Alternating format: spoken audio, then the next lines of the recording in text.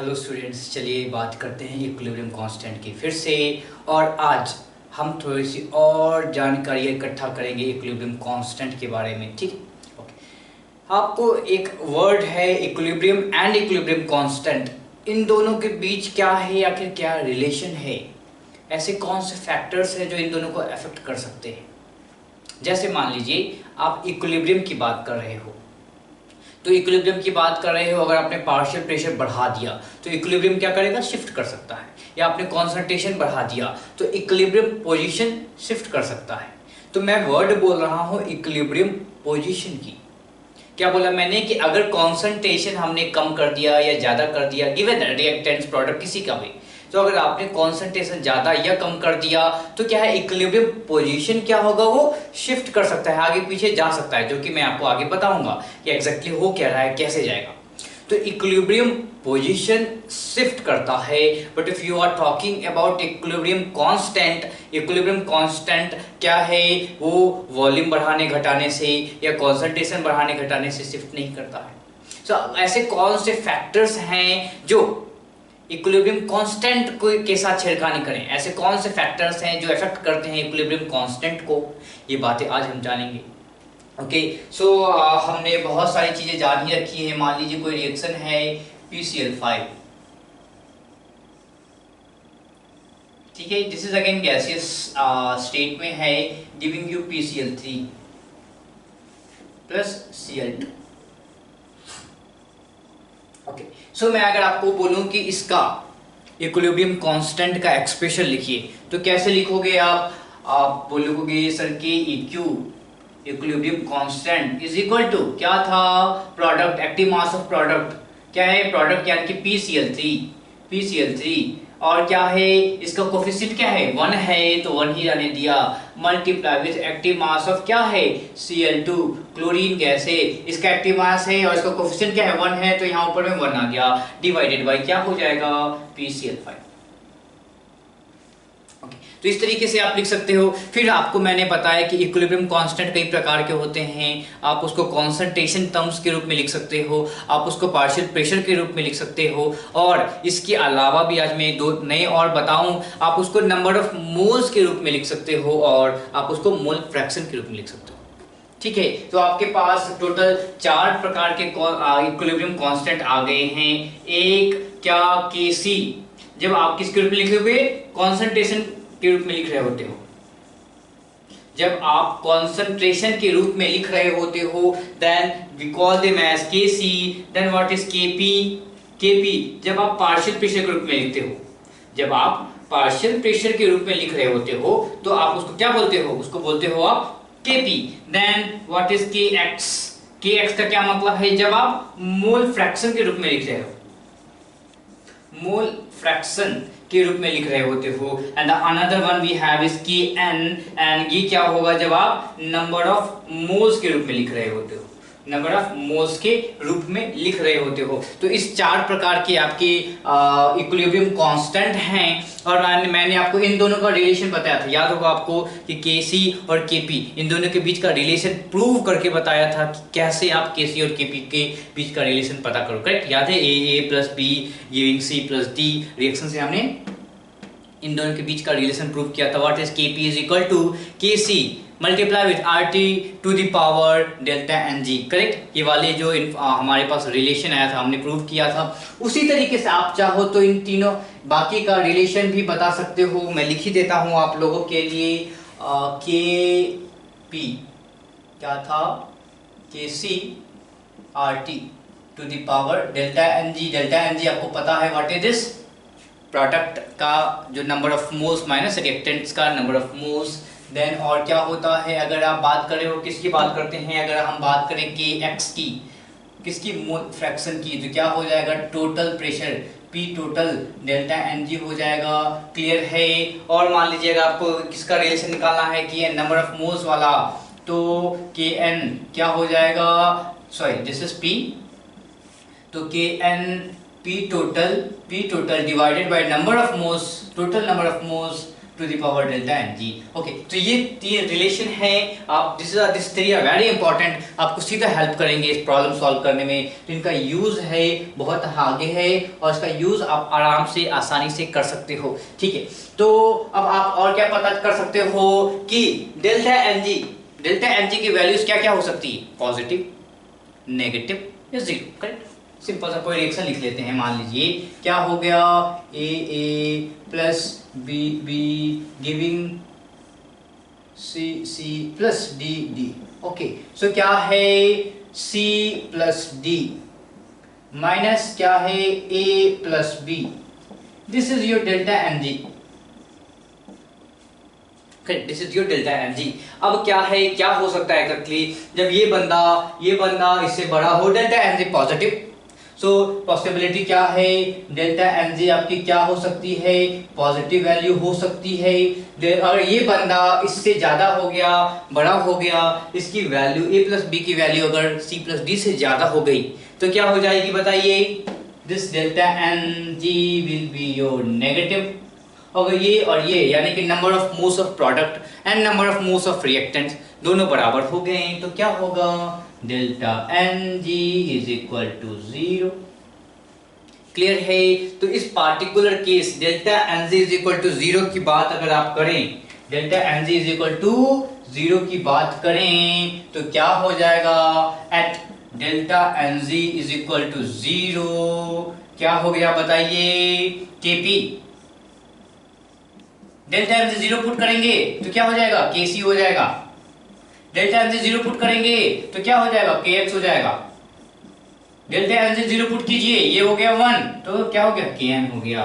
तो अगर ऐसे रिएक्शन जहां पे आपका number of moles product, number of moles reactant दोनों बराबर हैं, यानी कि डेल्टा एन जी 0 है, वहां पे आपके केपी की वैल्यू, केएक्स की वैल्यू, केसी की वैल्यू, केएन की वैल्यू, सबकी वैल्यू बराबर हो जाएगी। कोई एक कैलकुलेट कर लीजिए, आप आराम से कर लो। ओके, आप बोलोगे सर जी आपने केसी और केपी का तो एक्सप्रेशन लिखना बता दिया था, अब आप हम बाकी के एक्सप्रेशन कैसे लिखें इसी रिएक्शन के लिए। Let us take this reaction, इस पार्टिकुलर रिएक्शन के लिए अगर हमें K C, K P, K X and K N इन सब के अलग अलग एक्सप्रेशन लिखना हो तो कैसे लिखेंगे, चलिए उसे भी लिख ही लेते हैं लगे हाथों। हाँ, क्यों हम अपना, आप बोलोगे कि सर ये चीजें छोड़ दिया सर आपने, नहीं छोड़ेंगे, सब कुछ लेके चलेंगे, सबको लेके चलेंगे।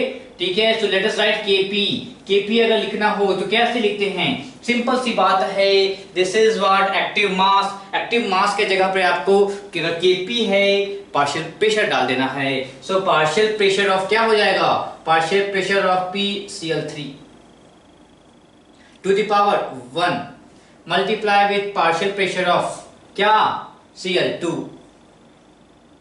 To the power 1 divided by क्या हो जाएगा, partial pressure of PCl5 to the power 1। So ये है केपी लिखने का तरीका। मान लीजिए आपको लिखना हो क्या, आपको लिखना हो केसी लिखना हो, ठीक है, आपको क्या लिखना हो, केसी लिखना हो, कंसंट्रेशन टर्म्स के रूप में आपको लिखना हो तो कैसे लिखेंगे, आपको पता है मैंने मोलैरिटी की बात करी थी, स्क्वायर ब्रैकेट लिखना है। सो कंसंट्रेशन लिखने का तरीका क्या है, स्क्वायर ब्रैकेट में लिखते हैं। सो PCl3 का concentration to the power 1 multiply with chlorine gas का कंसंट्रेशन टू द पावर 1। हम बार बार ध्यान रखिए, आप भूल जाएंगे कि ऊपर में पावर भी लगाना है, इसलिए मैं बार बार यहाँ पर आपको याद दिलाना चाह रहा हूँ। यहाँ 1 लिखने की आवश्यकता नहीं है, फिर भी मैं 1 लिख दे रहा हूँ तो आपको ध्यान रहे। Divided by PCl5 to the power 1। तो इस पार्टिकुलर रिएक्शन के लिए Kc कैसे लिख सकते हैं, ऐसे लिखा जा सकता है। मान लीजिए अगर आपको Kx लिखना हो, क्या Kx लिखना हो तो कैसे लिखेंगे, very simple, same mole fraction of PCl3 to the power 1 multiply with mole fraction of Cl2 to the power 1 mole fraction of PCl5 to the power. Very simple, बहुत ही आसान है। और इससे भी आसान है आपको क्या लिखना, इससे आसान है लिखना आपका Kn नंबर ऑफ मोल्स के टर्म में लिखना। And what is this, number of moles of PCl3, number of moles of Cl2 and this is number of moles of PCl5. Again मैं आपको फिर से याद दिला दूं कि ये जो वैल्यूज हमने यहाँ पे लिखी है, ये जो वैल्यूज यहाँ पे आप पुट करोगे वो कौन सी वैल्यूज होगी? एट इक्विलिब्रियम क्या नंबर ऑफ मोल्स है क्लोरीन के, एट इक्विलिब्रियम क्या नंबर मोल हैं आपके PCl3 के और PCl5 के। सिमिलरली अगर Kc की बात कर रहे हो, अगर आपको Kc की वैल्यू निकालनी हो तो आप प्रॉब्लम से क्या निकाल के लाओगे?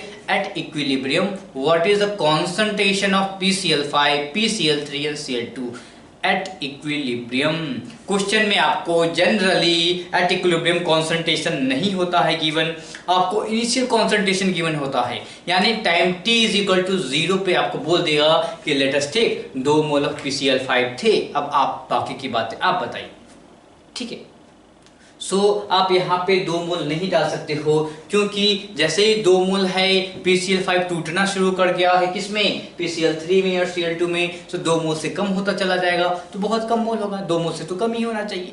तो एट इक्विलिब्रियम आपको फाइंड आउट करना पड़ेगा कि आखिर what is the number of moles, what is the concentration, what is the partial pressure और what is the mole fraction. So at equilibrium you have to find the values and then put it in this expression and get the k values. Okay, so equilibrium constant क्या है? आप देख सकते हो हमारे पास 4 different equilibrium constant हैं। Okay, पर क्या है इन सब का एक दूसरे के साथ रिलेशन है। कहाँ देखा हमने? ये रहा आपका रिलेशन, ठीक है। आप चाहो तो एक दूसरे को यहाँ पे डाल के, जैसे partial pressure PV equal to nRT use किया था, PV equal to nRT use किया था, फिर क्या P is equal to CRT, P is equal to यानी partial pressure is equal to concentration into R into T। So क्या था? हमने कॉन्सेंट्रेशन के रूप में लिखा था और ये एक्सप्रेशन निकल के आया। सिमिलरली आप क्या कर सकते हो? कॉन्सेंट्रेशन या आप नंबर ऑफ मोल्स से मोल फ्रैक्शन निकाल सकते हो। मोल fraction into total pressure partial pressure होता है, तो आप यहाँ से इन दोनों के बीच का भी रिलेशन निकाल सकते हो। ओके, तो ये जो चीजें हैं ये आप बड़ी ही आसान है, आप चिंता मत कीजिए। आपसे कभी कोई ये नहीं पूछेगा एग्जाम में कि इसका डेरिवेशन बताइए, इसका यूज कैसे करना है, यूज करने में महारत आपको हासिल करनी है, ठीक है। तो इन चीजों का ध्यान रखते हैं, इसको छापते हैं, छापने के बाद आगे बात करते हैं कुछ और अच्छी चीजों की।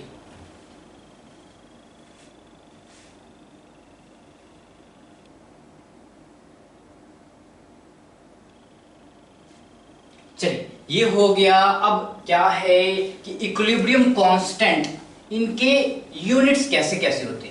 इक्विलिब्रियम कांस्टेंट की यूनिट्स कैसे, कभी कभी क्या होगा ना कि आपको वैल्यूज गिवन होगी, यूनिट्स गिवन होगी, तो क्या है कि आपको यूनिट्स के आधार पे बताना पड़ेगा कि वो जो इक्विलिब्रियम कांस्टेंट किसका गिवन है, इक्विलिब्रियम कांस्टेंट किसका गिवन है या किस रूप में गिवन है। तो सिंपल सी बात है, अगर आप बात करो किसकी, यूनिट्स की, units of equilibrium constant, correct.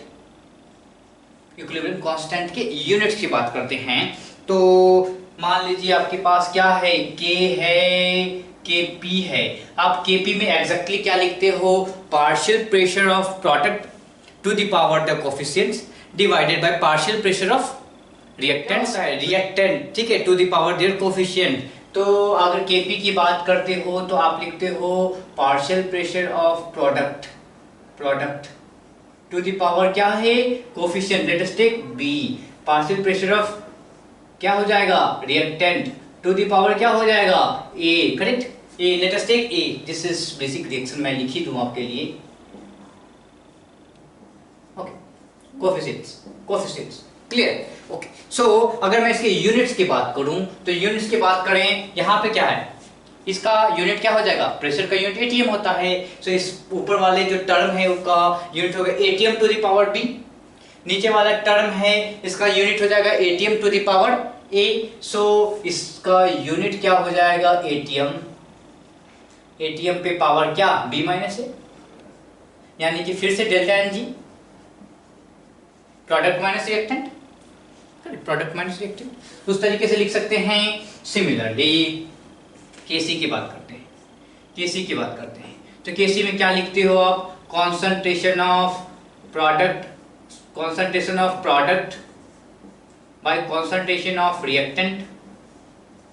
तो बताइए concentration of product divided bye reactant है तो क्या हो जाएगा, मोल पर लीटर, क्या कंसंट्रेशन का यही तो यूनिट होता है, mole per litre to the power mg, mole per litre to the power mg। ठीक है, ठीक है। तो इस तरीके से आप क्या कर सकते हो, यूनिट्स पता कर सकते हो के की क्वेश्चन में गिवन हो भी सकता है, नहीं भी हो सकता है। तो थोड़ा सा इसका ध्यान रखेंगे कि इक्विलिब्रियम कांस्टेंट, इसके जो यूनिट्स हैं काफी इंपॉर्टेंट हैं। ओके, तो इसकी बातें को आपने ध्यान रखा है, बहुत अच्छी बात है, ध्यान रखते रहेंगे। चलिए आगे बढ़ते हैं और एक सिंपल सा बेसिक सा प्रॉब्लम देखते हैं। कैल्शियम कार्बोनेट वाली बातें तो आपको मैंने बता ही रखी हैं, कैल्शियम कार्बोनेट वाली बातें तो पता ही रखी है ना। जैसे ये क्या है, कैल्शियम कार्बोनेट है CaCO3, equilibrium, this is solid, solid, this is in equilibrium, this is equilibrium with क्या होगा, calcium oxide solid plus CO2 gas.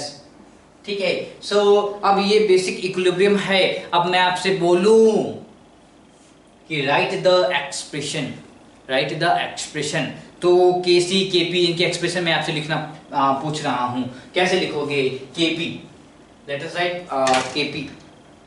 सो क्या होगा Kp,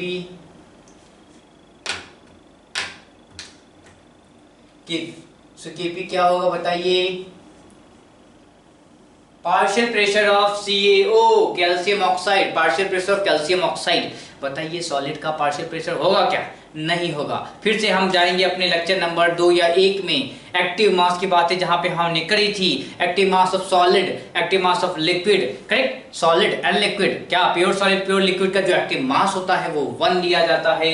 तो हमने लिख दिया इसको 1 multiply with partial pressure of CO2 होगा टू दी पावर 1, क्योंकि यहाँ पे 1 छुपा हुआ है, डिवाइडेड बाय क्या होगा, partial pressure of calcium carbonate, this is again solid, solid, solid है, इसका क्या मतलब है, इसका ये मतलब है कि यहाँ भी 1 होगा, तो क्या हो गया PCO2। अब बोलोगे सर इसका यूनिट कैसे पता चलता मुझे, हाँ पूछ लो ना इसके साथ, ये बोलेगा ATF to the power delta Mg, what is delta Mg, 1 plus 0, 1 plus 0 minus 0, 0 that is equal to 1। Sir आपने यहाँ पे 1 1 छुपा हुआ था, आपने यहाँ पे 0 क्यों लिया। हेलो भाई, हम गैसियस फेस की बात कर रहे हैं, ठीक है, हम गैसियस फेस की बात कर रहे हैं। चलिए अगले महत्व का बात जानते हैं, फैक्टर्स अफेक्टिंग इक्विलिब्रियम कांस्टेंट। वो जो KEQ आता है, आप KC ग्रुप में KP के रूप में लिखते हो और KX के रूप में KN के रूप में लिखते हो, ठीक है। तो इक्विलिब्रियम कांस्टेंट आता है, ऐसे कौन सी चीज़ हैं जो इक्विलिब्रियम कांस्टेंट को इफेक्ट करती है। मैंने क्या बोला था, इक्विलिब्रियम कांस्टेंट अगर आपने वॉल्यूम बदल दिया तो इक्विलिब्रियम कांस्टेंट नहीं बदलता, इक्विलिब्रियम पोजीशन बदलता है। इक्विलिब्रियम कांस्टेंट जो KEQ आता है उसकी वैल्यू नहीं बदलती है। सिमिलरली अगर मैंने बोला कि अगर आपने प्रेशर बदल दिया, प्रेशर रिएक्शन वेसल में प्रेशर बदल दिया तो क्या होगा, इक्विलिब्रियम क्या होगी, शिफ्ट करेगी, इक्विलिब्रियम पोजीशन शिफ्ट करेगा, K की वैल्यू नहीं बदलेगी, ठीक है, K की वैल्यू नहीं बदलेगी। आप बोलोगे से इक्विलिब्रियम क्यों शिफ्ट कर रहा है, K की वैल्यू को कांस्टेंट करने के लिए क्या होता है, इक्विलिब्रियम शिफ्ट करता है, जो कि आगे हम लीच-इटालियर्स प्रिंसिपल में पढ़ते हैं इस चीज को, ठीक है। तो कोई बड़ी बात नहीं है, आसानी से चीजों को जान लेंगे। अब जो हम पढ़ते हैं that is factors affecting equilibrium constant, ठीक है। फैक्टर्स, ऐसे कौन से फैक्टर हैं जो इक्विलिब्रियम कांस्टेंट को अफेक्ट करते हैं। फैक्टर्स किसके लिए, KEQ को जो इफेक्ट करने वाले हैं। सो देख लीजिए क्या क्या के फैक्टर है। पहला तो फैक्टर है आपका, सबसे पहले आती है बात किसकी, सबसे पहले बात आती है mode of representation, mode of representation. किसका रिप्रेजेंटेशन, केमिकल रिएक्शन का, केमिकल रिएक्शन का। केमिकल रिएक्शन को आप कैसे रिप्रेजेंट कर रहे हो उस मोड पे डिपेंड करता है आपका KEQ यानी इक्विलिब्रियम कांस्टेंट। जैसे सबसे पहले इसको एक तरीके से इस तरीके से समझ लीजिए, मान लीजिए कि कोई रिएक्शन था ए रिएक्शन है कोई, ठीक है, A टू गया B, A टू B। इस रिएक्शन के लिए K की value let us take K1, What is this? This is the equilibrium constant for the reaction A to B. Clear? Now कोई दूसरा रिएक्शन हो सकता है B to C. इसके लिए भी इसका क्या होगा, K2 ले लेते हैं. मान लीजिए कोई तीसरा रिएक्शन भी हो सकता है C to D. इसका क्या होगा, K3. ओके, तो जो अगर रिएक्शन है A to D, इसका A to D, इसका K वैल्यू क्या होगा, लेट्स से K4. तो K4, क्या K4 की वैल्यू ऊपर वाले जो वैल्यूज गिवन है उससे निकाला जा सकता है? जी हाँ, निकाला जा सकता है. कैसे निकालोगे आप? सारे रिएक्शन को, इसको अभी भूल जाइए. A to D find out करने के लिए आपको क्या चाहिए, इन सबको जोड़ दें, इन सबको एक साथ जोड़ दें. तो कैसा दिखेगा बताओ, A plus B plus, correct, A plus B plus C, so A plus B plus C, this is in equilibrium with क्या हो गया, B plus C plus D. ठीक है, B से B यहाँ कैंसिल, A से C यहाँ cancel, so A से D आ रहा है. यानी कि हाँ, अगर रिएक्शन को जोड़ दिया जाए, रिएक्शन को जोड़ दिया जाए तो हम ये नीचे वाला रिएक्शन फाइंड आउट कर सकते हैं. क्लियर है? चीज़ों को समझना बहुत जरूरी है. मैं जो चीज़ें अभी बता रहा हूँ, प्रश्न आपके यहाँ से अच्छे वाले बन के आएंगे. ठीक है, तो क्या है, अगर हमको ये रिएक्शन निकालना है तो हम इसको जोड़ सकते हैं, इसमें कोई कंफ्यूजन नहीं है. बहुत अच्छी बात है. आगे देखिए क्या है, ये K1 है, इसका एक्सप्रेशन लिखिए, क्या होगा, कॉन्सेंट्रेशन के रूप में लिखते हैं. ठीक है, आसान तरीके से लिख सकते हैं. सो concentration of B divided by concentration of, क्या हो जाएगा, E हो जाएगा. क्लियर है? K2 क्या हो जाएगा, K2 क्या हो जाएगा, concentration of C divided by concentration of B. Similarly K3 क्या हो जाएगा, concentration of D divided by concentration of C. And K4 क्या हो जाएगा, concentration of concentration of D divided by concentration of A.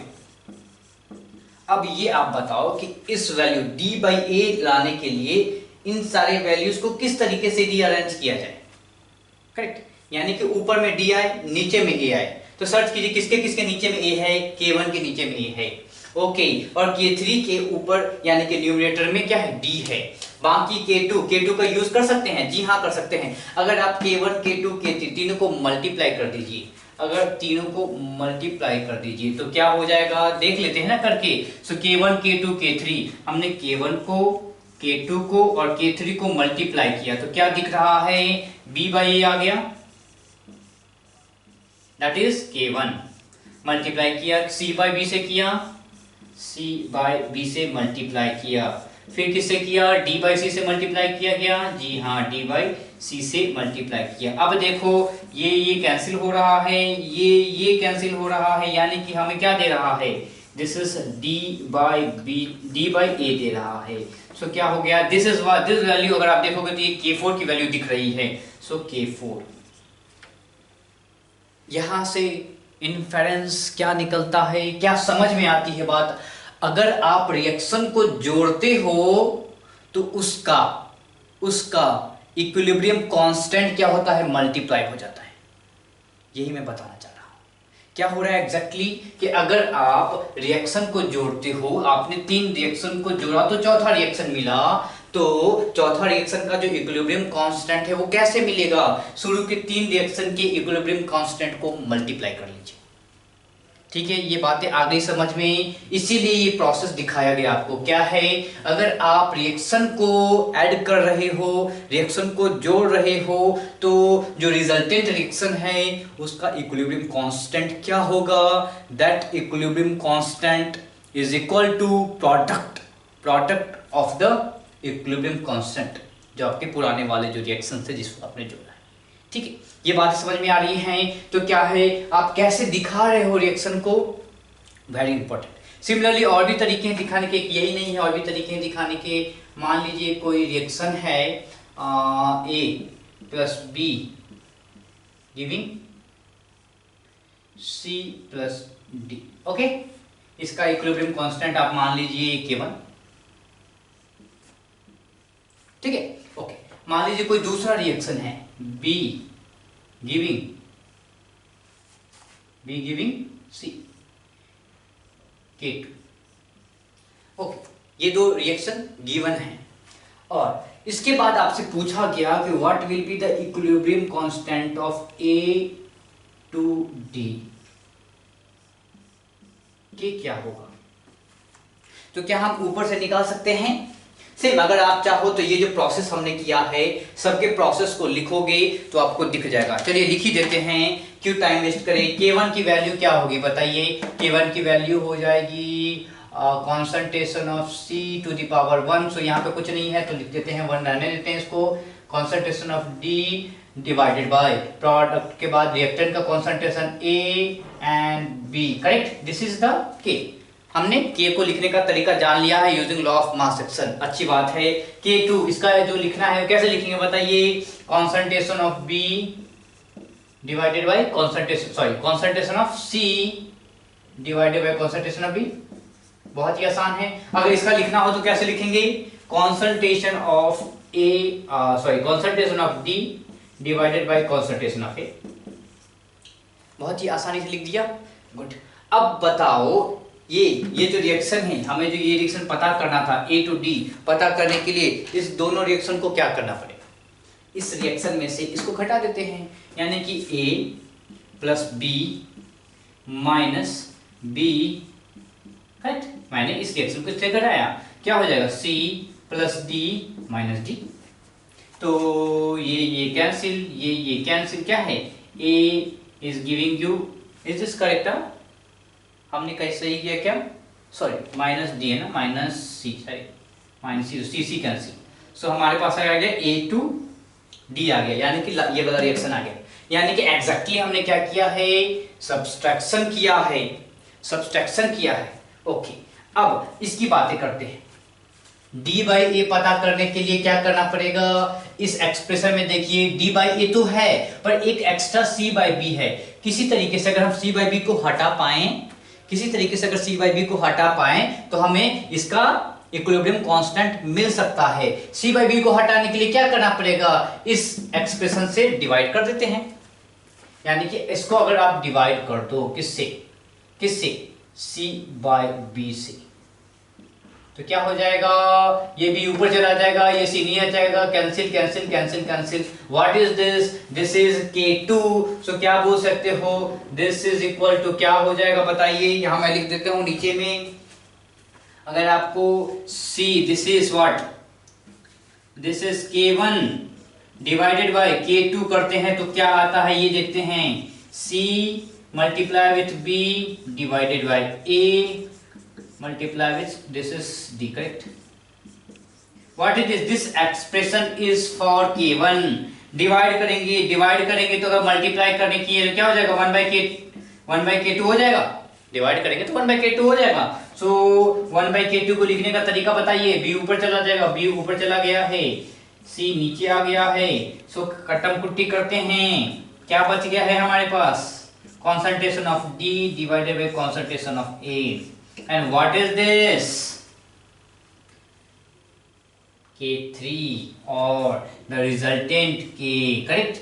so क्या समझ में आया यहाँ से बातें कि अगर आप रिएक्शन को सब्सट्रैक्ट कर रहे हो तो क्या हो जाएगा, अगर इसमें से इसको सब्सट्रैक्ट कर रहे हैं तो रिजल्टेंट इक्विलिब्रियम कांस्टेंट क्या हो जाएगा, K1 by K2 हो जाएगा, यानी कि डिवाइड हो जाएगा। ऐड करेंगे मल्टीप्लाई हो जाएगा, सब्सट्रैक्ट करेंगे डिवाइड हो जाएगा। और एक और केस है, हम थर्ड केस भी देख लेते हैं। मान लीजिए कोई रिएक्शन है, A giving you B K1, अगर रिएक्शन को रिवर्स कर दिया तो क्या होगा, रिएक्शन को रिवर्स कर दिया तो क्या होगा, ठीक है। रिएक्शन को रिवर्स कर दिया तो क्या होगा, जैसे इसमें मल्टीप्लाई किया, इसमें डिवाइड किया, अगर रिएक्शन को जस्ट रिवर्स किया, कुछ नहीं किया, जस्ट रिवर्स कर दिया तो क्या होगा, देख लेते हैं क्या होगा। K1 की वैल्यू बताते हैं, बताइए K1 की वैल्यू क्या होगी। दिस इज, यहां से लिखते हैं, यहां से लिखेंगे क्या होगा, concentration of B by concentration of A। इसका K2, लेट्स टेक K2 का एक्सप्रेशन बताइए, concentration of A bye concentration of B। इन दोनों में क्या डिफरेंस है, उसको उल्टा कर दिया गया है। क्या उल्टा कर दिया गया है, यानी कि रिवर्स कर दिया, उल्टा कर दिया, उल्टा कर दिया नहीं, यानी कि आप इसको क्या बोल सकते हो, इसको इस तरीके से 1 by K1 लिख सकते हैं क्या, 1/k1 लिख सकते हैं क्या? ठीक है, तो यही चीज होती है अगर रिएक्शन को रिवर्स कर दिया जाता है, so K2 is always equal to 1/k1। ठीक है, 1/k1। तो मोड ऑफ रिप्रेजेंटेशन यही है कि अगर आप दिखा कैसे रहे हो रिएक्शन को अगर आप डिफरेंट तरीके से दिखाओगे तो उसका इक्विलिब्रियम कांस्टेंट भी डिफरेंट ही दिखेगा। आप बोलोगे सर A to B बन रहा है, तो उसका इक्विलिब्रियम कांस्टेंट फॉरवर्ड रिएक्शन, अगर आपका फॉरवर्ड रिएक्शन में अगर आप A आपका रिएक्टेंट की तरफ दिखा, B आपका प्रोडक्ट की तरफ दिखा, तो इक्विलिब्रियम कांस्टेंट इसके। ठीक है, दूसरा रिएक्शन, एक नया रिएक्शन आया, B2A दिया है, तो B2A गिवन है, तो क्या होगा आपका जो इक्विलिब्रियम कांस्टेंट K2 आएगा, that is different from K1। Even though reaction तो वही हो रहा है, A से B बना, B से A बना, ये करेक्ट, बट दिखाने का जो तरीका था वो डिफरेंट है, इसीलिए K2 की वैल्यू डिफरेंट फ्रॉम K1 आएगी। और कैसा डिफरेंस है? 1/K1 है। There is a relation between the first one and second one, relation है पर सेम नहीं। ठीक है, तो इस बात का याद रखेंगे, ध्यान रखेंगे। अब बोलोगे सर हम कैसे समझें कि रिएक्शन ऐसे दिखाना है या सीधा दिखाना है? ठीक है, हम कैसे समझेंगे? तो समझने का बहुत ही सिंपल तरीका है, आप क्वेश्चन के पास जाइए, क्वेश्चन जो बोला है वही काम कीजिए, अपना थोड़ा सा दिमाग यहाँ पे नहीं लगाना है, क्योंकि वो क्या चाहेगा, वो चाहेगा कि आप थोड़ा सा अपना दिमाग लगाओ और आराम से -5 मार्क्स पाओ। ठीक है, इसका ध्यान रखेंगे। आपको क्या करना है, जो भी रिएक्शंस लिखे हैं, जो भी प्रॉब्लम्स आपके प्रॉब्लम्स क्वेश्चन में गिवन हैं, उस रिएक्शन को लिखिए और उसके आधार पे इक्विलिब्रियम कांस्टेंट बताइए। ठीक है, क्योंकि यहां पे देखिए ना, इस दोनों रिएक्शन में क्या डिफरेंस है? लिखने का तरीका डिफरेंस है। किसी ने A को पहले लिख दिया, किसी ने B को पहले लिख दिया, किसी ने लिखा, इसलिए इक्विलिब्रियम कांस्टेंट बदल गया। ठीक है, तो बातें को थोड़ा सा ध्यान रखेंगे। आप बोलोगे सर इक्विलिब्रियम कांस्टेंट बदल गया, आप तो बोल रहे हो, पर अब कैसे, ये कैसे हम समझे? तो समझ में ही नहीं आ रहा है। A डालें तो भी इक्विलिब्रियम वहीं पे रीच करेगी, B डालें तो भी इक्विलिब्रियम वहीं पे रीच करेगी, तो इक्विलिब्रियम कांस्टेंट कैसे बदल गया? इक्विलिब्रियम भी बदल जाना चाहिए भाई मेरे। इक्विलिब्रियम कांस्टेंट क्या है? Concentration divide by concentration, simple सा मैथमेटिक्स है, सिंपल सा मैथमेटिक्स है। जब K1 की बात कर रहे थे तो क्या हुआ, कॉन्सेंट्रेशन किसका ऊपर आ रहा था? B का आ रहा था। कॉन्सेंट्रेशन किसका नीचे आ रहा था? A का आ रहा था। आप शुरुआत करेंगे A से या शुरुआत करेंगे B से? Concentration of A remains same, concentration of B remains same. ठीक है, दोनों केस में A का कॉन्सेंट्रेशन भी वही रहेगा जो पहले केस में था, जो दूसरे केस में था।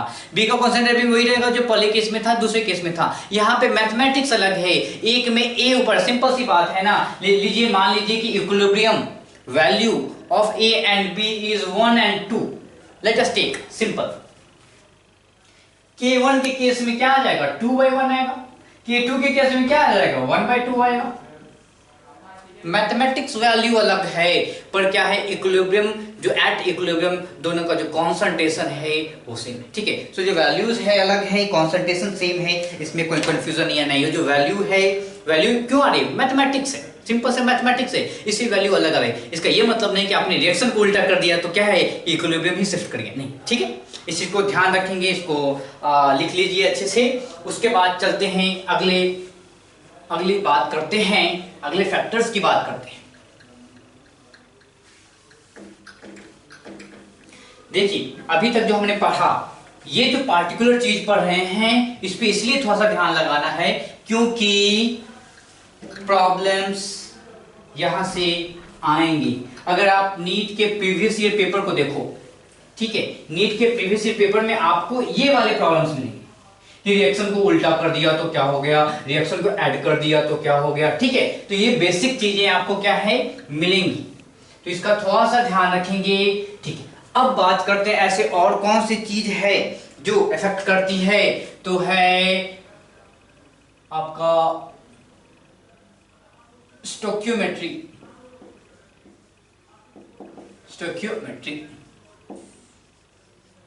बहुत ही सिंपल है, इसको समझना कोई बड़ी बात नहीं है आपके लिए। स्टोक्योमेट्री, जैसे मान लीजिए बेसिक रिएक्शन लिखते हैं, ए से बना बी, बहुत आसान है, ए से बना B, what is the equilibrium constant K, लिखेंगे concentration of B by concentration of A। देख लीजिए, अब ध्यान दे लीजिए कि अब मैं बार बार कॉन्सेंट्रेशन के टर्म में लिख रहा हूँ, ठीक है। इसका ये मतलब नहीं कि आप इसको प्रेशर के रूप में नहीं लिख सकते हो। अगर ये गैसियस फेज में है तो आप इसको प्रेशर के रूप में भी लिख सकते हो, आप इसको मोल फ्रैक्शन के रूप में लिख सकते हो, कोई दिक्कत नहीं है। अब क्या है ना कि बार बार सबको कुछ लिखना थोड़ा आसान नहीं होगा हमारे लिए, तो मैं आपको कॉन्सेंट्रेशन के रूप में लिखता रहूंगा, और कोई कंफ्यूजन हो तो आप पूछ सकते हो, कोई दिक्कत नहीं है, ठीक है। चलो A टू B गया, हमने क्या लिखा, K को लिखा है B बाई A। बहुत लोग पूछेंगे सर मान लीजिए यहाँ पे KC KP KX KN नहीं दिया तो कैसे समझेंगे कि ये कॉन्सेंट्रेशन के रूप में है, कैसे समझेंगे कि ये पार्शियल प्रेशर के रूप में है। भाई मेरे, आप उनके यूनिट के पास चले जाओ। यूनिट मैंने अभी बताया थोड़ी देर पहले, यूनिट के पास जाइए। अगर मोल पर लीटर है इसका क्या मतलब होगा, कॉन्सेंट्रेशन की बात करना चाहता होगा। अगर पार्शियल प्रेशर यानी कि एटीएम के रूप में गिवन है, ठीक है, पर एटीएम, एटीएम स्क्वायर, एटीएम ऐसा गिवन है, इसका क्या मतलब होगा, वो Kp का वैल्यू गिवन है, ठीक है। ओके चलिए, अब मान लीजिए A टू B है, इसका आपने इक्विलिब्रियम कांस्टेंट ये लिखा। अगर आपने ऐसा लिखा Na NB, यानी कि आपने क्या किया, कुछ भी नहीं किया है ना, आपने जस्ट मल्टीप्लाई कर दिया इस रिएक्शन को, जस्ट मल्टीप्लाई किया इनसे, कुछ नया कहाँ किया है।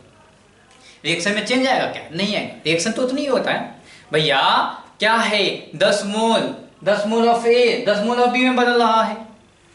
आपने 100 मोल रखा तो 100 मोल ऑफ B में बदल गया, सिंपल सी बात है, बेसिक है। ओके तो क्या इसका इक्विलिब्रियम रिएक्शन तो बदला ही नहीं, K की वैल्यू बदलेगी क्या, देख लीजिए ना, K की वैल्यू लिखते हैं इस रिएक्शन के लिए, K की वैल्यू लिखते हैं इस रिएक्शन के लिए, तो क्या है बताइए, K की वैल्यू कैसे लिखेंगे, concentration of B to the power n। यहां पे 1 आ रहा था, यहाँ पे 1 आ रहा था, जब हमने मल्टीप्लाई किया तो ये रिएक्शन मिला। अब क्या है, concentration of A to the power n। Simple है, मैथमेटिक्स थोड़ी सी पढ़ लिख रखी है आप लोगों ने, तो क्या बोल सकते हो, concentration of B by concentration of A to the power n, ठीक है। ये वैल्यू कहीं दिखी है क्या, हाँ ये दिख रही है, इसको आप K1 बोल देते हैं, तो क्या हो जाएगा K1 to the power n। यहां से इन्फेरेंस क्या निकला, अगर आप रिएक्शन में किसी चीज से मल्टीप्लाई कर रहे हो, अगर आप रिएक्शन में किसी चीज से मल्टीप्लाई कर रहे हो तो क्या आ जाएगा, नया जो इक्विलिब्रियम कांस्टेंट आएगा वो सीधा हो जाएगा पुराने वाले जो इक्विलिब्रियम कांस्टेंट का पावर, उस पर उतना पावर डाल दीजिए, तो क्या हो जाएगा। अगर आप के न्यू पूछ रहे हो, क्या है के न्यू, जब रिएक्शन पे, जब किसी पार्टिकुलर रिएक्शन में आपने क्या किया है, मल्टीप्लिकेशन किया है किसी नंबर से, एन इज सम नंबर, ठीक है, तो किसी नंबर से आपने मल्टीप्लिकेशन किया है तो क्या हो जाएगा, के ओल्ड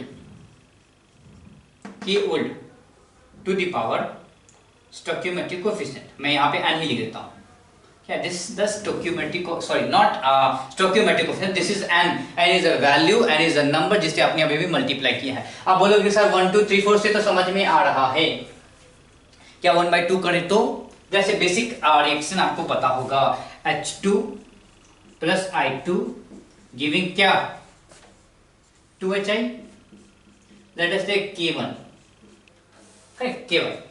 अब बताइए अगर ये हो half of H2 plus half of I2 giving you क्या हो जाएगा HI 1 मोल HI, तो इसका K2 क्या दिखेगा, K2 इसका क्या हो जाएगा, इसका K2 क्या हो जाएगा। आपने क्या, अगर इस रिएक्शन को और इस रिएक्शन को देखो तो क्या समझ में आएगा कि आपने पूरे रिएक्शन को मल्टीप्लाई कर दिया है किससे, हाफ से मल्टीप्लाई कर दिया है। तो जब आपने रिएक्शन को हाफ से मल्टीप्लाई कर दिया है, that means K2 that is the new, K new is equal to K old, what is K old, K1 to the power, जिससे हमने मल्टीप्लाई किया है, किससे मल्टीप्लाई किया है, हाफ से multiply, so K1 to the power 1/2 K1, ठीक है।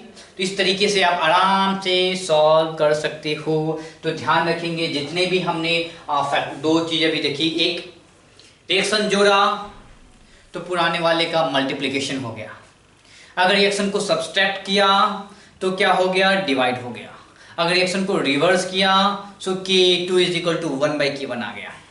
और क्या है कि अगर आपने रिएक्शन को मल्टीप्लाई कर दिया किसी से तो क्या है, to the power particular number. Okay, अब क्या है देखिए, एक और है, तीसरा है आपका, चिंता मत कीजिए लास्ट है, इसके बाद नहीं पढ़ रहे हैं इस चीज को, बस फैक्टर्स यहीं पे खत्म हो जाएंगे। और भी चीजें हैं पर वो मैं आपको बाद में बताऊंगा। ये क्या है, यूज ऑफ डिफरेंट वेरिएबल्स। ये चीज आप पढ़ रखी हो, बस इसको एक बार और जान लेते हैं। डिफरेंट वेरिएबल,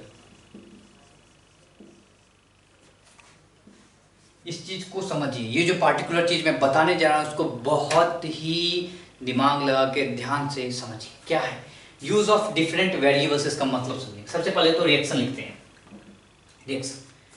रिएक्शन लिखिए, A of A plus B of B, gaseous phase, gaseous phase. Better है कि मैं आपको क्या करूं, एक बेसिक रिएक्शन ही लिख दूं ताकि आपको लगे थोड़ा सा रियल वाला फीलिंग हो। तो PCl5 का यूज कर लेते हैं। PCl बड़ा अच्छा चीज है, हर जगह काम आ जाता है अपना। PCl5 डिसोसिएट होके PCl3 गैस बनाता है और Cl2 गैस बनाता है। ठीक, इनिशियली जब रिएक्शन शुरू होने वाला था, time t is equal to 0 पे ओनली PCl5 थे। प्लीज सारे लोग ध्यान से सुनेंगे इस चीज को, क्योंकि ये समझ नहीं पाए तो समझ लीजिए कि आपका आयनिक इक्विलिब्रियम गया। ठीक है, तो इस चीज को समझिए कि ये इंफॉर्मेशन गिवन होता है तो प्रॉब्लम को कैसे अटैक करेंगे। Given in the problem we have some moles of PCl5 only, let us take a mole of PCl5 थे हमारे पास। ठीक है, तो a मोल ऑफ PCl5 थे, time t is equal to 0 पे, time t is equal to 0 पे PCl3 नहीं बना है और क्लोरीन गैस भी नहीं बना है। ठीक है, बातें आ रही है समझ में। अब क्या है, जब रिएक्शन शुरू हो जाएगा, जब रिएक्शन शुरू हो जाएगा तो रिएक्शन शुरू होगा तो PCl5 क्या डिसोसिएट करना शुरू करेगा, यानी कि PCl5 रिएक्शन करना शुरू करेगा, यानी PCl5 की संख्या कम होनी शुरू हो जाएगी। ठीक है, और अब हम क्या कर, याद रखिए केमिकल इक्विलिब्रियम या इक्विलिब्रियम में हम क्या का बात करते हैं, दो पोजीशन की बात करते हैं।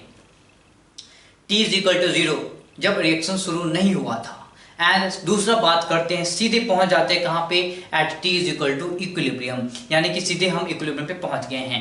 बीच में बातें नहीं करते कि इक्विलिब्रियम से पहले इक्विलिब्रियम के बाद रिएक्शन कैसा चल रहा था, नहीं, इसकी बातें हम नहीं करते। इसकी बातें कौन करेगा, काइनेटिक्स, केमिकल काइनेटिक्स जब पढ़ रहे होंगे तो वो बताएगा भैया कि बीच में क्या हो रहा है, रिएक्शन में कैसे हो रहा है, कितना टाइम लगेगा, नहीं लगेगा, सारी चीजें आपको काइनेटिक्स बताएगा, चिंता नहीं करना। हमें दो बातों का ध्यान रखना है। At t is equal to 0 reaction जब शुरू नहीं हुआ था तो क्या था, रिएक्शन जब पहुंच गया इक्विलिब्रियम अटेन कर लिया, अब क्या हो रहा है। ठीक है, तो t इज इक्वल टू 0 पे क्या था हमारे पास, a मोल्स ऑफ PCl5 था, और उस वेसल में वो जो क्लोज्ड कंटेनर है वो, उसमें कोई भी PCl3 एंड Cl2 नहीं था। क्लियर, आगे बढ़ते हैं। अब क्या हुआ, at t is equal to equilibrium, सीधे हम इक्विलिब्रियम पे पहुंच गए हैं। इक्विलिब्रियम पे पहुंच गए हैं, इक्विलिब्रियम क्या बोलता है कि जितने भी PCl5 आपने लिया है वो सारा का सारा रिएक्शन नहीं करेगा, उसका कुछ पार्ट रिएक्शन करेगा, ये उसका कुछ पार्ट ही रिएक्शन करेगा। लेट अस टेक इस A से कितने रिएक्शन कर लिया, A से x मोल रिएक्शन कर लिया, यानी कि हम क्या बोल रहे हैं, फिर से समझिए, x mole, some x mole of PCl5 reaction कर लिया, तो बचा कितना, A minus x mole is the remaining number of moles of PCl5 in the equilibrium। जब एक मोल PCl5 रिएक्शन करता है तो एक मोल PCl3 बनाता है। x मोल रिएक्शन किया है तो कितना बनाएगा, x मोल PCl3 बनाएगा एंड x मोल Cl2। इस चीज को समझिए, अगर आपने इस स्टेप को नहीं समझा तो समझिए बड़ा ही दिक्कत होने वाला है। This particular step is very important. ये क्या है, at t is equal to equilibrium पे हम लिख क्या रहे हैं, this is the available number of moles in the container at equilibrium.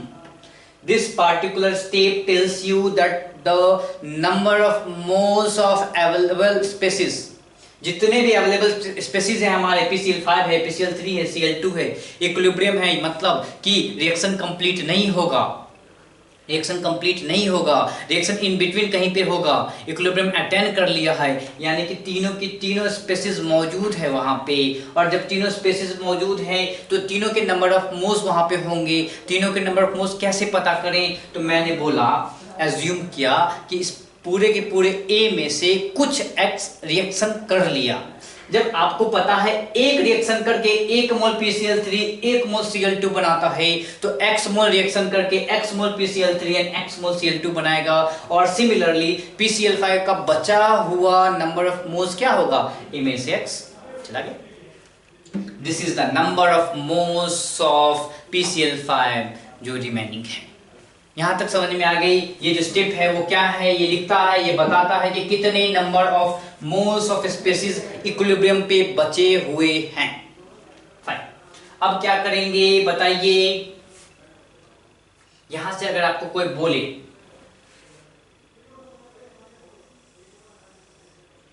Kn लिख सकते हैं। Kn लिखना तो बहुत ही आसान है, Kn लिखना बहुत ही आसान है। क्या आसान है? Number of moles of product divided by number of moles of reactant. Kn कैसे लिखेंगे? PCl5 के number of moles at equilibrium x, Cl2 के number of moles x divided by PCl5 के number of moles at equilibrium a minus x। तो आपने Kx लिख लिया आसानी से, ठीक है।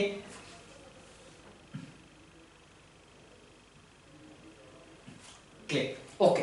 अब देखिए अब क्या है, अब आपसे क्या पूछा जा रहा है। अब देखोगे कि k की वैल्यू अलग अलग क्यों होती है। जब आपने Kn लिखा तो x² a माइनस x आ रहा है। आपके पास और कौन कौन से इक्विलिब्रियम कांस्टेंट हैं? kx है, यानी मोल फ्रैक्शन के रूप में लिखना है। अगर आपको मोल फ्रैक्शन के रूप में लिखना हो तो कैसे लिखोगे? हमें सबका मोल फ्रैक्शन पता होना चाहिए। यानी अगर आपको kx लिखना हो तो क्या करेंगे? हमें क्या पता होना चाहिए? मोल फ्रैक्शन ऑफ वन और product divided by mole fraction of reactant और to the power the stoichiometric coefficient. Since यहाँ पे 1 है तो आप इसको कैसे लिखोगे? मोल फ्रैक्शन फाइंड आउट करते हैं। तो मोल फ्रैक्शन कैसे फाइंड आउट करें? At equilibrium this is the total number of moles. What is the total number of moles? a minus x। हम निकाल रहे हैं इक्विलिब्रियम पे total number of moles of species कितने हैं। सो x मोल है क्लोरीन का, x मोल है PCl3 का और a माइनस x मोल है PCl5 का। सबको जोड़ दिया, क्या हो गया? ये से ये गया a plus x। This is the total number of moles क्या है? अवेलेबल है। और आपको थोड़ा सा मोल कॉन्सेप्ट याद होगा तो मोल फ्रैक्शन अगर निकालते हैं तो क्या बोलते हैं? Given mole divided by total mole, that is the mole fraction. So given mole divide by total mole, this is the mole fraction of PCl5 in the mixture। x by a plus x क्या है? this is the mole fraction of PCl3 in the mixture। x by a plus x, this is the mole fraction of Cl2 in the mixture। Clear? कोई confusion नहीं है, होना भी नहीं चाहिए। मैं फिर से बता देता हूं, ये स्टेप्स हैं, काफी ज्यादा इंपॉर्टेंट हैं। इस स्टेप्स को समझना बहुत जरूरी, ठीक है, अदरवाइज प्रॉब्लम्स नहीं बनेंगे आपसे। हमने क्या किया? पहले इक्विलिब्रियम का रिएक्शन लिखा, रिएक्शन बैलेंस होने चाहिए, ठीक है। फिर क्या होगा कि आपको प्रॉब्लम्स बोलेगा कि हमने PCl5 के 5 मोल दिए थे। मैंने कोई वेरिएबल a ले लिया है, 5 मोल दिए थे, 5 में से x खत्म हो गए तो a में से x खत्म हो गए। तो x अगर ये खत्म हुआ तो ये कितना बनेगा? और आपको पता है ये लिखने का तरीका क्या? स्टोइकियोमेट्रिक कोएफिशिएंट के आधार पर लिखेंगे। जरूरी नहीं कि 1 वाला सारा रिएक्शन मिल जाए, आसान रिएक्शन मिल जाए, ठीक है, कभी कोई भारी रिएक्शन भी मिलेंगे, तो ध्यान रखेंगे उसके लिए। ओके, हमने मोल फ्रैक्शन लिखा, कैसे? Mole fraction is equal to क्या होता है? फिर से आपको लिख दूं, mole fraction this is equal to number of moles of species A by total number of moles. अब आप क्या कर सकते हो, के एक्स लिख सकते हो। के एक्स हम आसानी से लिख सकते हैं। कैसे लिख सकते हैं देख लीजिए, कैसे लिखेंगे, थोड़ा सा ध्यान रखेंगे, हो सकता है यहाँ पे आपको ठीक से दिखे ना। क्या हो जाएगा, this x by A minus x, correct, x by A minus x to the power stoichiometric coefficient 1 है तो लिख दिया 1। Similarly x by A minus x to the power 1, okay कोई बात नहीं। फिर sorry this is a plus x, really sorry this is a plus x, this is a plus x, okay, divided by PCl5 का mole fraction a minus x by A plus x, तो एक से एक cancel हो गया। अगर आप देखोगे तो क्या आ जाएगा, this is equal to x squared by A squared minus x squared, A square minus x square. अब आप बोलोगे सर जी ये भी तो आपने इक्विलिब्रियम कांस्टेंट ही लिखा है, ये भी तो आपने इक्विलिब्रियम कांस्टेंट, दोनों तो इक्विलिब्रियम कांस्टेंट ही है ना, करेक्ट, दोनों इक्विलिब्रियम कांस्टेंट हैं, पर दोनों का लिखने का तरीका अलग अलग है, यूज ऑफ डिफरेंट वेरिएबल्स। हमने नंबर ऑफ मोल्स के आधार पर लिखा तो x square by A minus x आया, हमने जब इसको मोल फ्रैक्शन के आधार पर लिखा तो x square minus A square minus x square, different, they are different, ठीक है। तो देख लिया आपने कि जब आप मोल फ्रैक्शन के आधार पर लिखते हो तो के एक्स कुछ ऐसा आता है। अब पार्शियल प्रेशर के आधार पर लिखते हैं, पार्शियल प्रेशर के आधार पर लिखते हैं। किसी को पता है कि मोल फ्रैक्शन को पार्शियल प्रेशर में बदलने के लिए कौन सा तरीका है, बताइए, मोल फ्रैक्शन को पार्शियल प्रेशर में बदलने का तरीका क्या है? आपको पता होगा कि mole fraction is equal to क्या होता है, ठीक है, या partial pressure is equal to क्या होता है, partial pressure is equal to mole fraction into total pressure, mole fraction into total pressure. अगर इस रिएक्शन वेसल का टोटल प्रेशर Pt है, लेट अस टेक Pt है, Pt is the total pressure of this particular container, तो आप क्या बोलोगे, इस वैल्यू से पार्शियल प्रेशर लिख सकते हैं क्या? जी हाँ लिख सकते हैं। हमने अभी मोल फ्रैक्शन लिखा है, अब पार्शियल प्रेशर लिखने जा रहे हैं, simply multiply this value with Pt, correct, mole fraction of PCl5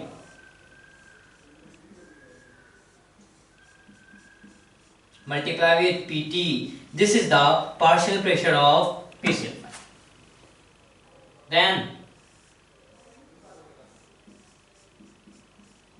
Pt, this is the mole fraction of PCl3, Pt, this is the mole fraction of Cl2। तो हमने मोल फ्रैक्शन से partial pressure निकाला है, okay.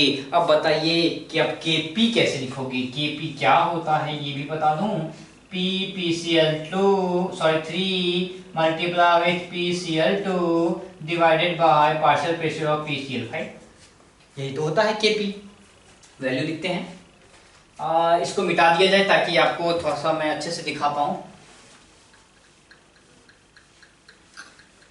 ठीक है, और revise करते रहिएगा चीज़ों को, ठीक है, ध्यान में हमेशा रखेंगे, प्रैक्टिस करेंगे तो बहुत ही आसानी से चीज़ें बन जाएगी, ठीक है, कोई दिक्कत नहीं होगा। चलिए हम लिख रहे हैं Kp का एक्सप्रेशन लिखना चाहते हैं, Kp लिख रहे हैं, ठीक है। सो Kp कैसे लिखेंगे बताइए, पार्शियल प्रेशर PCl3 कहाँ से लाएंगे, PCl3 का पार्शियल प्रेशर ये है, अभी हमने पता किया है, so this is equal to क्या हो जाएगा, x by A plus x into Pt, ठीक है। Then this PCl2 partial pressure of chlorine, so partial pressure of chlorine क्या है, x by A plus x into Pt, so x by A plus x into Pt, ठीक है, divide by partial pressure of PCl5, what it is, A minus x by A plus x. एक Pt से एक Pt चला जाएगा, कोई दिक्कत नहीं है, एक A प्लस एक्स से एक A प्लस एक्स चला जाएगा, इसमें भी कोई दिक्कत नहीं है। What is happening here, this is, ये ऊपर वाला एक्स स्क्वायर हो गया, ठीक है, ऊपर में एक Pt बचा हुआ है, ठीक है, और क्या बचा है, a नीचे आ जाएगा तो a square minus x square आ गया। ठीक है, सो Kp आ गया। सो Kp कैसे आ गया बताइए, Kp के लिए क्या किया है आपने बताओ, x square P T into divided by A square minus x square. तो इस तरीके से आप आराम से ला सकते हो। ठीक है, तो इस तरीके से आप आराम से ला सकते हो। अब बोलोगे कि सर जी Kp और Kx में तो एक ही डिफरेंस है, Pt से मल्टीप्लाई कर दिया। जी हाँ, क्या आपको याद नहीं कि Kp और Kx का क्या रिलेशन है, Kp is equal to Kx into P total to the power delta Ng, and what is delta Ng here? See this reaction, delta Ng is equal to here delta Ng निकालते हैं, क्या है 1 plus 1, this is reactant का 1 plus 1 minus 1, so क्या हो गया 1 है, तो P total to the power 1 है, so P total है। तो उस तरीके से भी निकाल सकते हैं, ठीक है, आराम से निकाल सकते हैं। तो इसके लिए कोई बड़ी बात नहीं है, बहुत ही आराम से आसानी से आप बना सकते हो। So what is this Kp is equal to x square P T by A square minus x square. और अगर आपको क्वेश्चन पूछा तो कैसे, दो तीन तरीके से पूछ सकता है। क्वेश्चन क्या बोलेगा, x की वैल्यू गिवन होगी, Kp की वैल्यू गिवन होगी, a की वैल्यू गिवन होगी। आपको कभी कोई वो भी पूछेगा, बताइए कि ये रिएक्शन हमने कराया, 5 मोल हमने रिएक्शन 5 मोल PCl5 दिया, उस 5 मोल से 3 मोल रिएक्शन कर लिया, 5 मोल से 3 मोल रिएक्शन कर लिया, इट मींस 3x की वैल्यू दे दी, a की वैल्यू 5 दे दी है। Kp की वैल्यू मान लीजिए 24 है, Kp की वैल्यू 24 है, तो बताइए कि रिएक्शन में टोटल प्रेशर क्या होगा। तो रिएक्शन में टोटल प्रेशर क्या होगा, सो P टोटल क्या होगा, Kp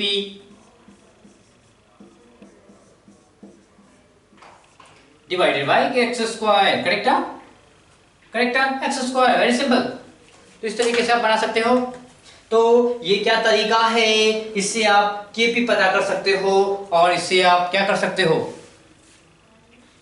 टोटल प्रेशर भी पता कर सकते हो। डिपेंड करता है कि क्वेश्चन आपसे क्या पूछना चाहता है। एक और कुछ बच गया क्या, Kp लिख लिया, Kx लिख लिया, Kn लिख लिया, देखा ना आपने।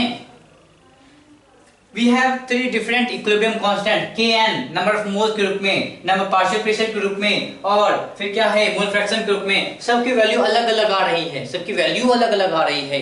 तो आपका रिप्रेजेंट कैसे कर रहे हो उस पर काफी कुछ डिपेंड करता है। अंत में है Kc, क्या लिखेंगे, PCl3 का कॉन्सेंट्रेशन इनटू क्लोरीन गैस का कॉन्सेंट्रेशन डिवाइडेड बाय PCl5 का कॉन्सेंट्रेशन। ये भी बहुत ही आसानी से पता कर सकते हो, कैसे, this is the number of moles, let us take, इसका वॉल्यूम V है, तो क्या हो जाएगा, वॉल्यूम V है, तो बताइए PCl3 का concentration, number of moles of PCl3 is x, so XYV multiply with XYV divided by A minus XYV।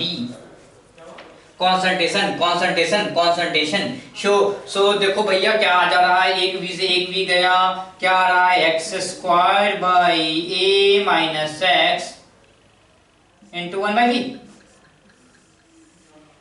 Right, 1/V। So x square divided by A minus into 1/V। सो ये आपका क्या आ जा रहा है, ये आपका आ रहा है किसका, Kc का आपका वैल्यू आ रहा है। तो सबकी वैल्यू अलग अलग आ रही है, आप रिप्रेजेंट कैसे करो इस पे काफी कुछ डिपेंड करता है। चलिए, तो ये प्रश्न हो गया है। अब आप क्या कीजिए, इन सबको नोट कीजिए जल्दी से, आपको मैं 1 मिनट का समय देता हूं।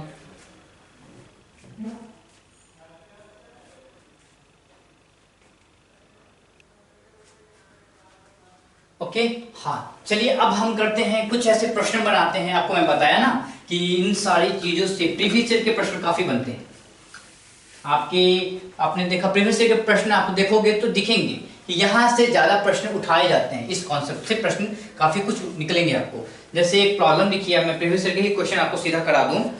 एक प्रॉब्लम लिखिए, N2 plus O2 giving 2NO, N2 plus O2 giving 2NO, N2 plus O2 giving 2NO. The equilibrium constant is NO. The equilibrium constant is K. So क्या है, N2 plus O2 giving 2n। ठीक है, इसका equilibrium constant क्या है, k है। The second reaction is given half of N2 plus half of O2 giving NO। What is k value? अगर K1 लिखते हैं तो what is k value? Simple सी बात है, मैंने क्या बोला था आपको कि मल्टीप्लाई करेंगे जब किसी रिएक्शन के स्टोइकियोमेट्री को मल्टीप्लाई कर रहे हैं, जब पूरे रिएक्शन में मल्टीप्लिकेशन किया जा रहा है। आप देखोगे इनको और इनको ऑब्जर्व करो, इन दोनों को ऑब्जर्व करोगे तो क्या दिखेगा, इसमें हमने क्या किया है, मल्टीप्लाई कर दिया है 1/2 से।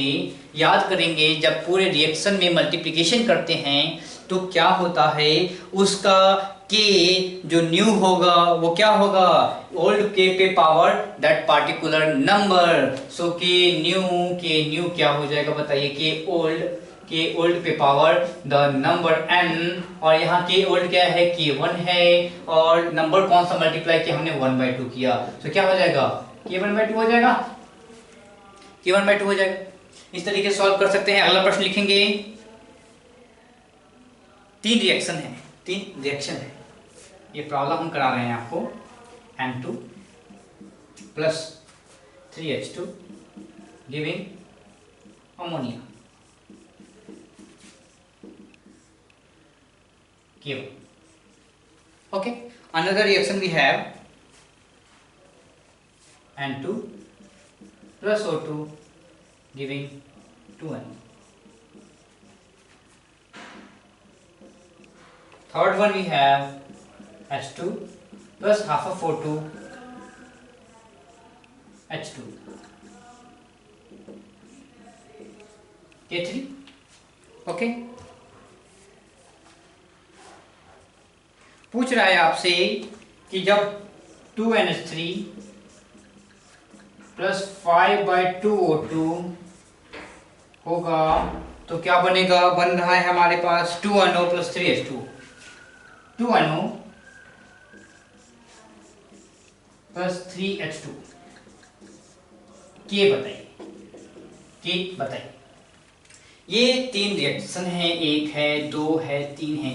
इन तीनों के हेल्प से यानी in terms of K1, K2, K3 आपको K की वैल्यू बतानी है। तो कैसे बताएंगे, जब तक मैं बोर्ड साफ कर रहा हूं आप जल्दी से प्रयास करें।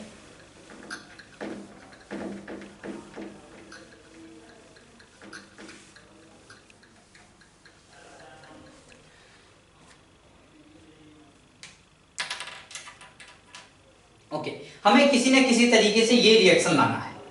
ठीक है, ये रिएक्शन लाना है तो सबसे पहले पता कीजिए अमोनिया कहाँ पे है, कौन से रिएक्शन में अमोनिया दिख रहा है, पहले वाले रिएक्शन में। पर ये तो प्रोडक्ट साइड है, हमें क्या करना पड़ेगा, रिएक्शन को उल्टा करना पड़ेगा, तभी तो ये अमोनिया यहाँ आ जाएगा। तो पहले वाले रिएक्शन को उल्टा करते हैं। तो फर्स्ट रिएक्शन को हमने क्या किया है, पहले वाले रिएक्शन को हमने उल्टा कर दिया है, यानी कि 2NH3 क्या हो गया है N2 में और 3H2 में हुआ। और ध्यान रखेंगे दिस K1 न्यू हो गया है। अब ये बहुत जरूरी है, इसी को समझना बहुत जरूरी है। आप लोग भूल जाओगे क्या कि जब आप इसको रिवर्स करोगे तो इस K1 के साथ क्या हो जाएगा, K1 is now becomes 1/K1। याद है ना, जब रिएक्शन को रिवर्स करते हैं तो क्या होता है, 1/, हो जाता है, नीचे की तरफ डिनोमिनेटर में आ जाता है। ठीक है, ठीक। उसके बाद अब क्या दिख रहा है, NO 2NO होना चाहिए आपके, सॉरी दिस इज NO ना, very sorry, this is NO क्या होना चाहिए, प्रोडक्ट में होना चाहिए, 2NO होना चाहिए, यानी कि ये 2NO प्रोडक्ट में होना चाहिए। तो ये यहाँ पे है, इस रिएक्शन में NO, सबसे पहले खोजिए NO कहाँ है, इस वाले रिएक्शन में NO है। उसके बाद ये प्रोडक्ट साइड है, जी हाँ प्रोडक्ट साइड है। उसके बाद कोफिशिएंट सेम है, जी हाँ कोफिशिएंट भी सेम है। तो इस रिएक्शन को एज इट इज उठा सकते हैं, तो हमने इस रिएक्शन को एज इट इज उठा लिया, N2 प्लस O2 गिविंग क्या, 2N। K2 न्यू, क्योंकि हमने कोई चेंजेस नहीं करी है, सो रिमेंस K2, कोई चेंजेस नहीं करी, रिमेंस K2। ओके, H2O कहाँ पे है, H2O आपका प्रोडक्ट साइड में होना चाहिए, H2O आपका यहाँ प्रोडक्ट में है, H2O प्रोडक्ट में है, यानी ये रिएक्शन उठाया जा सकता है। पर प्रॉब्लम क्या है ना, यहाँ पे 1 लिखा हुआ है, यहाँ पे 3 लिखा हुआ है। तो सबसे पहले तो कोई दिक्कत नहीं, आप प्रोडक्ट उठा ही लीजिए, H2 plus half of O2 giving क्या H2O, कोई दिक्कत नहीं, इसको उठा लिया। पर दिक्कत क्या था, यहाँ पे मुझे 3 चाहिए था, मुझे 3 चाहिए था। इस रिएक्शन में 1 है, अगर पूरे रिएक्शन को ही मैं मल्टीप्लाई कर दूं 3 से, काम बन जाएगा क्या? जी हाँ, काम बन जाएगा। सो K3 न्यू क्या हो गया, जब आप किसी भी रिएक्शन को मल्टीप्लाई करते हो तो क्या होता है, उस रिएक्शन पे उतना पावर चला जाता है। तो K3 पे पावर चला गया, क्या K3 पे पावर चला गया। क्लियर? ओके, अब बताओ क्या बताना है। इन सारे रिएक्शन को जोड़ देंगे, सारे रिएक्शन को जोड़ेंगे तो क्या होगा, 2 अमोनिया आ गया, प्लस N2 आ गया, प्लस O2 आ गया, प्लस 3 हाइड्रोजन आ गया, प्लस 3/2 O2 आ गया।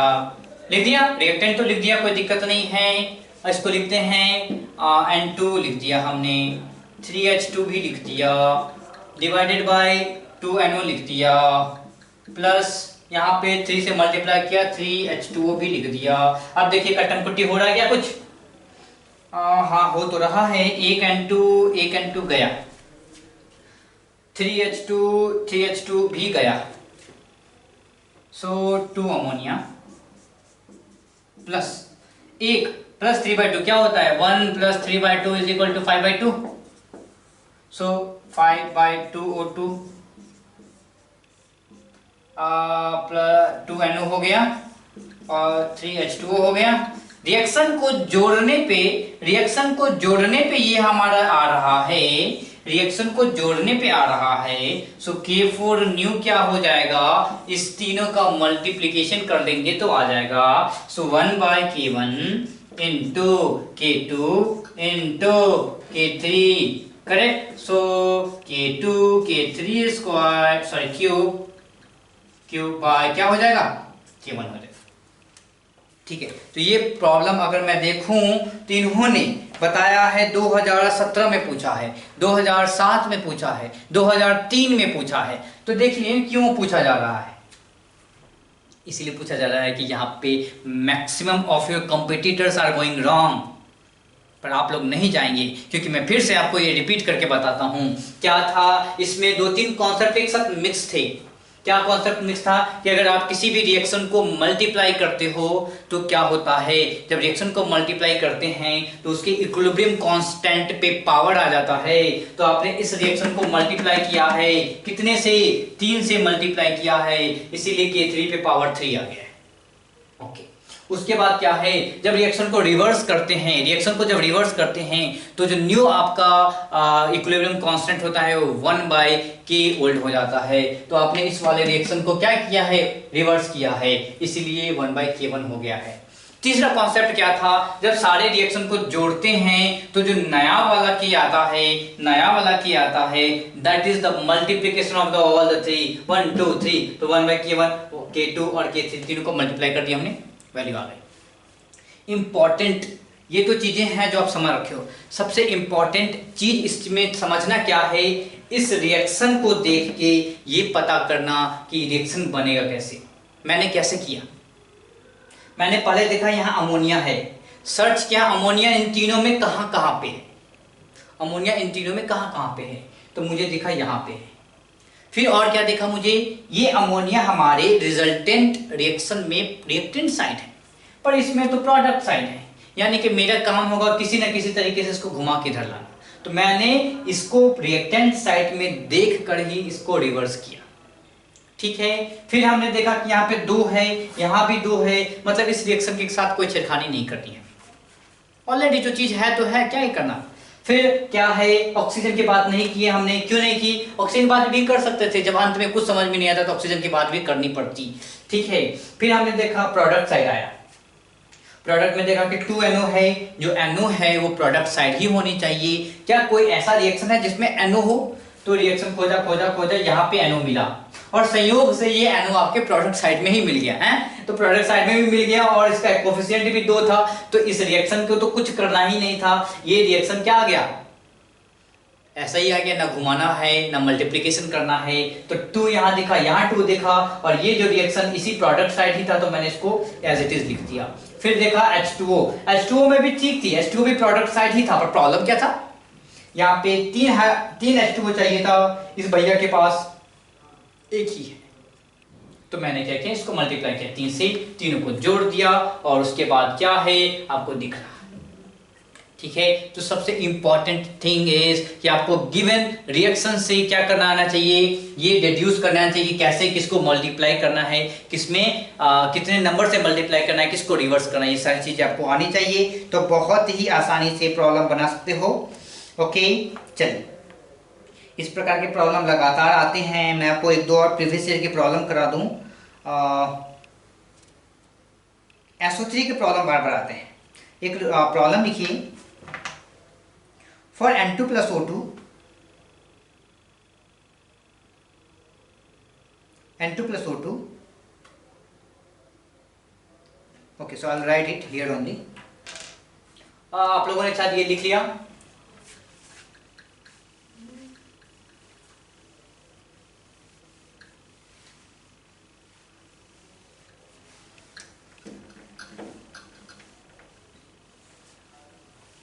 ये सारे प्रॉब्लम आपके प्रीवियस ईयर हैं, ठीक है। तो प्रीवियस में ऐसे प्रश्न पूछे जाते हैं। This is N2 plus O2 giving again 2NO. All are in gaseous form. All are in gaseous form. So K1. All right here gas, gas, gas. Okay. Now another what we have is 2NO plus O2 giving 2NO2. 2NO plus O2 giving all are again this gas. 2NO2. K2. This is K2. Okay. So पूछ क्या रहा है आपसे, NO2. NO2 plus NO2 is in equilibrium with half of N2 plus O2. What is K? What is K? तो कैसे बनाएंगे, बहुत ही आसान तरीका है बनाने का। NO2 होना चाहिए प्रोडक्ट रिएक्टेंट साइड में। सबसे पहले सर्च कीजिए NO2 है कहां पे, तो दिखा NO2 है आपके किसमें, प्रोडक्ट साइड में, रिएक्शन नंबर 2 में। तो रिएक्शन नंबर 2 को रिवर्स करना पड़ेगा हमको ऐसा लाने के लिए, तो रिएक्शन को रिवर्स कर दिया। सो 2NO हो गया और 2NO2 हो गया, and this is what 2NO plus O2। Correct, reaction को तो रिवर्स कर दिया, पर हमें 1 चाहिए ना, तो हमको क्या करना पड़ेगा, रिएक्शन को रिवर्स करने के बाद हमको इसको मल्टीप्लाई करने पड़ेगा 1/2 से। तो जब आप रिएक्शन को रिवर्स करोगे तो क्या हो जाएगा, K2 1/K2 हो जाएगा। ठीक है, रिएक्शन को रिवर्स किया तो ये K2 1/K2 हो गया, और जब आप उसको मल्टीप्लाई किए, रिएक्शन को मल्टीप्लाई किए, तो इस पूरे पे पावर क्या आ गया, 1/2 आ गया। बेसिक जो आइडिया लगा रहे हैं। उसके बाद क्या समझ में आना है, NO2 giving you what, N2 plus O2। N2 किधर है भाई, N2 तो यहां दिख रहा, ठीक है, पर N2 क्या है, आपके रिएक्टेंट साइड में है, हमें चाहिए प्रोडक्ट साइड में। इसको भी रिवर्स करना पड़ेगा, और क्या करना पड़ेगा, पहले हमने रिवर्स किया तो क्या आया, 2NO आया, 2NO आया, फिर क्या आया, यहाँ पे N2 आ गया है, फिर O2 आ गया है, कोई दिक्कत तो नहीं है, पर हमें हाफ N2 चाहिए, हाफ चाहिए, एक नहीं चाहिए, हाफ चाहिए। यहाँ पे एक है, तो इस रिएक्शन को क्या करना पड़ेगा, फिर से इसको भी हाफ से मल्टीप्लाई करना पड़ेगा। सो 1/2 कर दिया हमने। ओके, सो 1/2 किया, फिर से क्या है, रिएक्शन को आपने क्या किया है, रिएक्शन को रिवर्स किया है, तो 1/K1 हो गया है।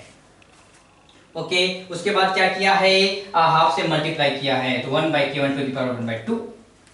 देख लीजिए ना, कटम कटी हो जा रहा है, क्या हो जा रहा है, 1/2 यहाँ पे NO गया, हाफ ऑफ N2 यहाँ आ गया, ठीक है, और क्या देखो, हाफ O2 यहाँ, हाफ O2 यहाँ जुड़ के एक O2 बदल जाएगा, तो यहाँ एक O2 है, यानी इन दोनों रिएक्शन को ऐड कर दिए तो ये वाला रिएक्शन मिल जाएगा। तो दोनों को जोड़ दीजिए, दोनों रिएक्शन को जोड़ने के बाद जो है आपको ये रिएक्शन मिल जाएगा। तो जब दोनों को जोड़ेंगे तो दोनों के इक्विलिब्रियम कांस्टेंट को मल्टीप्लाई करना पड़ता है। सो K3 इज इक्वल टू, यानी इस रिएक्शन का K3 क्या हो जाएगा बताइए, 1/K2 into 1/K1 to the power एक साथ लिख दें अलग लिख दें क्या ही फर्क पड़ता है, ठीक है। तो इस तरीके से प्रश्न हैं आते हैं, आराम से आप बना सकते हो, ठीक है। चिंता नहीं करना है, मैं आपको प्रॉब्लम दे ही रहा हूँ।